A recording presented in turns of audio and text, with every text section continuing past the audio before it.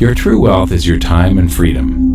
Money is just a tool for trading your time. It's a container to store your economic energy until you're ready to deploy it.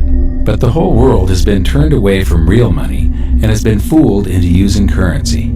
A deceitful imposter that is silently stealing your two most valuable assets, your time and your freedom. Welcome to the rabbit hole.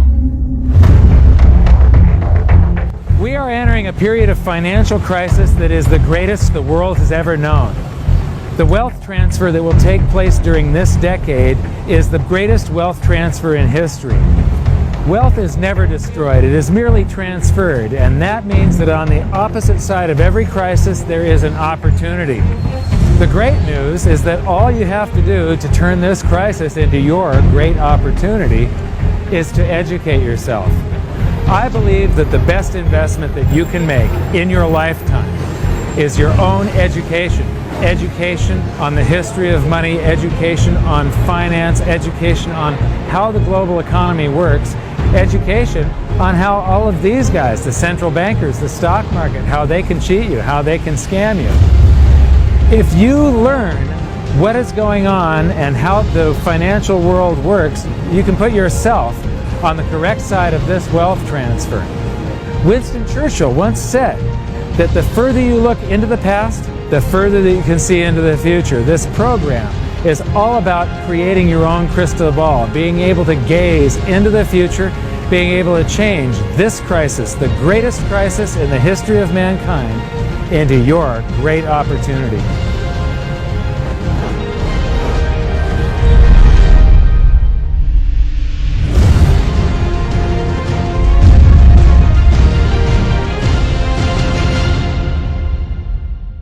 The hidden secrets of money, some of them are hidden in plain sight. They're like right in front of you. The way the monetary system works is something that isn't actually hidden away from all of us. It's out in the open, but it's complex and people just they can't see how it works.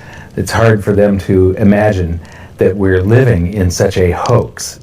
Others are meant to be secret, but the truth is slowly coming out, like the Federal Reserve being a private corporation and not really part of the U.S. government. But when I started studying this, what I found was that there was no place that I could point people to where they could get it all in one spot. And so I basically decided to write my book about it and consolidate monetary history, economics, the markets, fundamentals of gold and silver. There's a lot of smoke and mirrors in economics, and I've sort of made it my job to lift the fog for people.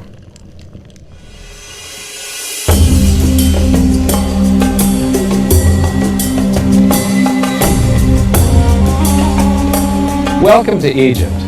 This is where it all began. Roughly 5,000 years ago, the Egyptians started using gold and silver as their predominant form of currency. But it was not yet money.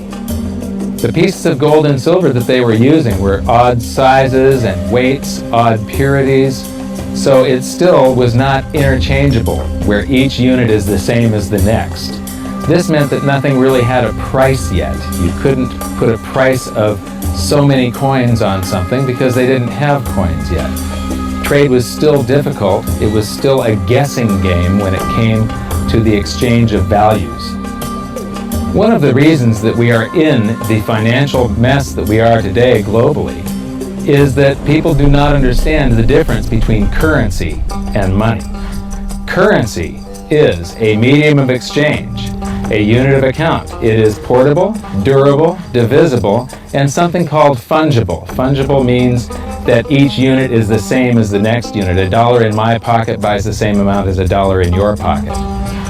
Money is all of those things plus a store of value over a long period of time. Even financial planners, bankers, your accountant, they don't understand the difference between currency and money. The currency in your pocket is a medium of exchange. It's a unit of account because it's got numbers on it. It's somewhat durable, it's portable, it's divisible in that you can make change, and it's fungible. A dollar in my pocket buys the same amount as a dollar in your pocket. But because governments can print more and more and more of it and dilute the currency supply, it's continually transferring wealth out of your pocket, out of your bank account, to the government and to the banking system. The reason that gold and silver are the optimum form of money is because of their properties. It's an easy medium of exchange because gold and silver store a large amount of value in a very small area. It's a unit of account. Pure gold has the same value all over the planet. So an ounce of gold buys the same amount here in Egypt as it would in China or in the United States. It's durable. The same gold that Egyptians were using in trade 5,000 years ago is still here with us today. It does not corrode.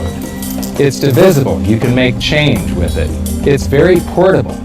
You could use something like oil as money. It's just that you can't carry around a barrel of oil on your back. It's fungible. Pure gold is the same wherever it is on Earth. Pure silver is the same wherever it is on Earth. It's limited in quantity. That's the reason that it maintains its purchasing power. Governments cannot print it. Over the last 5,000 years, only gold and silver have maintained their purchasing power. There have been thousands upon thousands of fiat currencies, currencies that are unbacked by gold or silver, and they have all gone to zero. It's a 100% failure rate.